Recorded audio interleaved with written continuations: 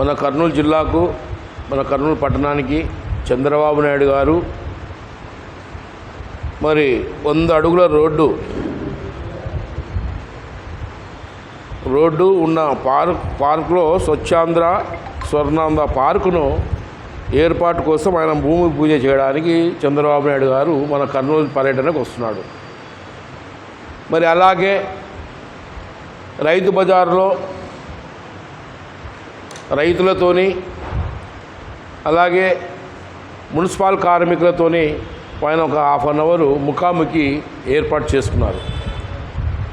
చంద్రబాబు నాయుడు గారు రైతు బజార్లో రైతులు ఉండరు, దళారులు ఉంటారు.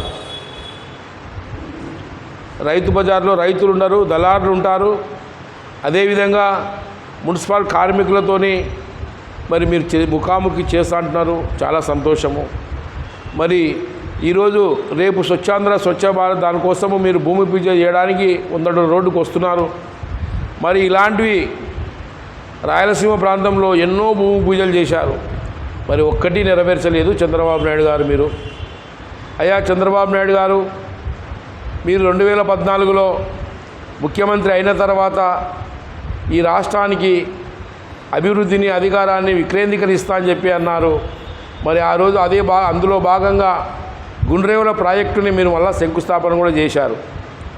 మరి శంకుస్థాపన చేసి మరి ఈ రోజు వరకు మరి గుండ్రేవుల ప్రాజెక్టు కడతానని చెప్పేసి ఎక్కడా చెప్పడం లేదు. మరి ఇదే కిరణ్ కుమార్ రెడ్డి గారు ఉన్నప్పుడు, ముఖ్యమంత్రిగా ఉన్నప్పుడు మరి గుండ్రేవుల ప్రాజెక్టుని కడతామని చెప్పేసి ఆయన మొత్తము భూ సర్వే చేయించాడు. సర్వే చేసిన తర్వాత మరి ఆ ప్రాజెక్టుని కడతామని చెప్పేసి కాంగ్రెస్ పార్టీ ఆ రోజు చెప్పడం జరిగింది. వెంటనే రాష్ట్రం విడిపోవడము, మీరు ముఖ్యమంత్రి కావడము, మరి మేము కూడా గుండ్రేవుల ప్రాజెక్టు కడతానని చెప్పేసి మీరు మాట ఇచ్చారు. అలాగే యువగలం పాదయాత్రలో లోకేష్ బాబు గారు ఈ రాయలసీమ ప్రాంతంలో కర్నూలు జిల్లాలో అత్యధికంగా వలసలు పోతున్నారు ప్రజలు, కాబట్టి ఖచ్చితంగా వేదవతి నదిని గుండ్రేవుల ప్రాజెక్టుని ఖచ్చితంగా తెలుగుదేశం పార్టీ నిర్మిస్తుందని చెప్పేసి ఆ రోజు మరి లోకేష్ బాబు గారు కూడా చెప్పడం జరిగింది. ఇలాంటి మీరు శంకుస్థాపనలు చేస్తారు, తర్వాత పట్టించుకోరు. దయచేసి ఇక్కడ ఉన్నటువంటి ఎమ్మెల్యేలు కావచ్చు, ఎంపీలు కావచ్చు, ఖచ్చితంగా మన ప్రాంతం బాగుపడాలంటే గుండ్రేవుల ప్రాజెక్టు కట్టి మరి ఈ గ్రామాలు ఖాళీ మీరు రైతులతో ముఖాముఖి పెట్టుకోవాలంటే గ్రామాలకు వెళ్ళాలి చంద్రబాబు నాయుడు గారు.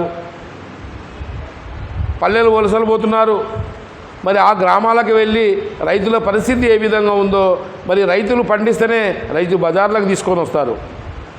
మరి ఈరోజు ఆ రోజు నువ్వు రైతు బజార్లో రైతులే అమ్ముకోవాలి అని చెప్పేసి నువ్వు ఆ రోజు రైతు బజార్లను ఏర్పాటు చేసావు రాష్ట్ర వ్యాప్తంగా. మరి ఈరోజు రైతులు ఎవరు లేరు, అక్కడ దళారులు ఉన్నారు, ఎక్కడుంటో సరుకు తెచ్చుకుంటున్నారు, అక్కడ అమ్ముకుంటున్నారు. రైతులకు ఇక్కడ పంటలు పండుతాయి కదా, రైతులు స్వయంగా తీసుకొని పోయి అమ్ముకోవడానికి. దయచేసి గుండ్రేవుల ప్రాజెక్టుని చేయాలని చెప్పేసి మేము డిమాండ్ చేస్తున్నాం. లేదంటే గాన నీ అబద్ధాలను ప్రజల్లోకి తీసుకువెళ్తామని చెప్పేసి కాంగ్రెస్ పార్టీ తరఫున మేము డిమాండ్ చేస్తున్నాం. జై కాంగ్రెస్, జై శర్మిలమ్మ, జై రాహుల్ గాంధీ.